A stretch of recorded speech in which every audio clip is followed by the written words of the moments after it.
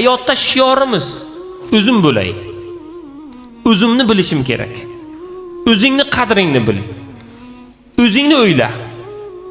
Birodar, o'zini qadrini bilsa, o'zini o'ylasa, o'zi uchun yashasa, o'zi uchun yaxshi ko'rsa, bo'lmasa o'lganda tobutini o'zi ko'tarsin. Birodar, hech zamonda jamiyat, islomiyat, din bizni jamiyatsiz najotga yetishligimizni buyurmadi bizga. Ihson ber dedi. Kimga berish kerak? Inson o'zini biladigan odam ihsonni o'ziga beradimi unda? Birodar, birodariga ihson qil dedi.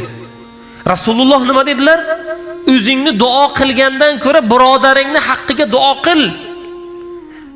Farishtalar seni duo qiladi. Va laka misla zalik deydi. Sen farzand qo'shnini duo qilasan. Birodarim qo'shnim.